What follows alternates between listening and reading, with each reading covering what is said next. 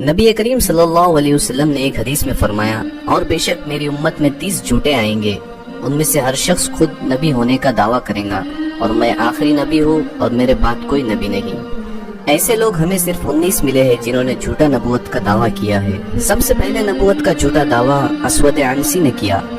یہ صنع یعنی یمن کا رہنے والا تھا، اسے فیروز دہلوی نے قتل کیا تھا۔ پھر اس کے بعد مسلمہ کذاب یمامہ میں گزرا، جس کو حضرت وحشی بن حرب رضی اللہ عنہ نے قتل کیا۔ اس کے بعد طلحہ ازدی نے نبوت کا دعویٰ کیا تھا۔ یہ ایک کاہن تھا، بنی اسرائیل کے بعض قبائل اس پر اسلام لائے، مگر بعد میں یہ حضرت عمر رضی اللہ عنہ کے ہاتھ پر بیعت ہو کر مسلمان ہوا۔ اس کے بعد سجہ بنت الحارث نے نبوت کا دعویٰ کیا تھا، اور اس نے اپنی قوم پر 5 وقت کی نمازوں کو باقی رکھا تھا۔ اس نے مسلمہ کذاب سے شادی کر لی تھی۔ سجہ نکاح کے بعد مسلمہ کے پاس 3 دن رہی۔ جب اپنی قوم میں آئی تو قوم نے مہر نکاح کے متعلق پوچھا اور کہا کہ بغیر مہر کے تو نکاح نہیں ہوتا۔ اس پر سجہ مسلمہ کے پاس گئی تو مسلمہ نے کہا کہ میں نے تیرے مہر میں تیری جماعت کے لیے 2 نمازیں یعنی عشاء اور فجر معاف کر دی ہے۔ مگر بعد میں یہ عورت حضرت امیر معاویہ رضی اللہ عنہ کے زمانے میں مشرف با اسلام ہوئی۔ مختار سقفی نے بھی نبوت کا دعویٰ کیا تھا، اور یہ عبداللہ بن زبیر رضی اللہ عنہ کے زمانے میں گزرا۔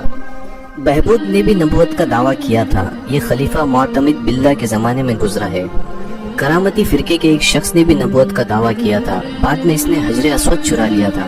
نواح نام کے ایک علاقے میں بھی ایک شخص نے نبوت کا دعویٰ کیا تھا۔ ملک یمن میں ایک شخص گزرا جس نے اپنا نام لا رکھا تھا، اور وہ یہ کہتا تھا کہ حضرت صلی اللہ علیہ وسلم نے میرے متعلق بشارت دی ہے کہ لا نبی بعدی، لا میں ہی ہوں۔ ایک اور عورت نے نبوت کا دعویٰ کیا تھا جو کہتی تھی کہ حضور صلی اللہ علیہ وسلم نے لا نبی ہی تو کہا تھا، لا نبیۃ بعدی تو نہیں فرمایا تھا۔ یہ حدیث مردوں کے حق میں ہے، عورتوں کے حق میں نہیں۔ آپ کے بعد عورت نبی ہو سکتی ہے، ایسا کہہ کر اس نے نبوت کا جھوٹا دعویٰ کیا تھا۔ ایک یہودی نے بیت المقدس میں مسیح ہونے کا دعویٰ کیا تھا، مگر جب اس کو گرفتار کر کے اس کی پٹائی لگائی گئی تو وہ مسلمان ہو گیا۔ اسحاق اخرس نام کا ایک شخص بصرہ میں گزرا ہے، اس پر بصرہ اور عمان کے کچھ لوگوں نے اس کے جھوٹے نبوت کے دعوے پر ایمان لایا۔ فارس بن یحییٰ ساباتی نے بھی جھوٹا نبوت کا دعویٰ کیا تھا، جو مصر کے ایک شہر تیونس میں گزرا ہے۔ متنبی شاعر نے بھی نبوت کا دعویٰ کیا تھا، مگر بعد میں تائب ہوا۔ ایک بکری چرانے والے نے بھی نبوت کا دعویٰ کیا تھا۔ اصل میں یہ جادوگر تھا جو اپنے ایک ہاتھ میں عصا رکھتا تھا اور جادو کے ذریعے لاٹھی کو اسدہ بنا دیتا تھا۔ عبداللہ بن میمون نے خلیفہ مامون کے زمانے میں نبوت کا دعویٰ کیا تھا، مامون نے اس کو قید میں بند کرا دیا، یہ قید ہی میں مر گیا تھا۔ غازانی نام کے ایک ساحر نے یعنی جادوگر نے بھی نبوت کا دعویٰ کیا تھا۔ پھر مرزا غلام احمد قادیانی نے 14ویں صدی کے شروع میں نبوت کا جھوٹا دعویٰ کیا، اور آج بھی دنیا میں اس کے ماننے والے بہت سے لوگ موجود ہیں۔ پھر 1990 کے درمیان ہندوستان میں شکیل بن حنیف نام کے ایک شخص نے مرزا کے نقش قدم پر مہدی پھر نبی ہونے کا دعویٰ کیا۔ تعجب کی بات ہے کہ ان کاذبوں کو ماننے والی ایک تعداد ہوتی ہے۔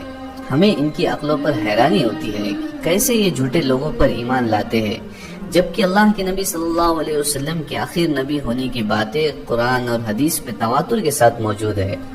اس کی 3 وجہ ہمیں نظر آتی ہے۔ سب سے پہلی، اللہ تعالیٰ کبھی کسی بندے کی گمراہی کا فیصلہ کر دیتے ہیں تو وہ گمراہ ہو جاتا ہے، جیسے کاتب وہی شخص کا گمراہ ہو جانا جو ہمیں سیرت میں ملتا ہے۔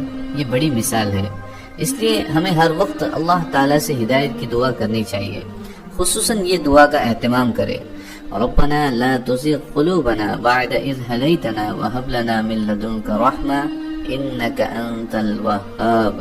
دوسری وجہ، علم دین کا کم ہونا، مطلب قرآن اور حدیث کے علم کا کم ہونا، یہ ایک بڑا سبب ہے گمراہی کا۔ تیسری وجہ ان لوگوں میں پائی جاتی ہے جو بہت جلدی کسی سے متاثر ہوتے ہیں، کسی کی کوئی بات یا کرامات یا اس کی باتوں سے متاثر ہوتے ہیں، پھر علم کی کمی کی وجہ سے اس کی ہر بات کی اتباع کرتے ہیں، چاہے وہ حرام ہو یا حلال ہو۔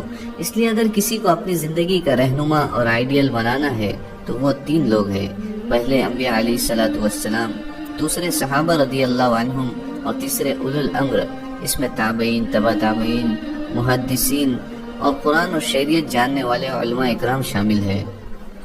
ایسے فتنوں سے بچنے کے لیے مسلمان کی جماعت کا ساتھ نہ چھوڑے۔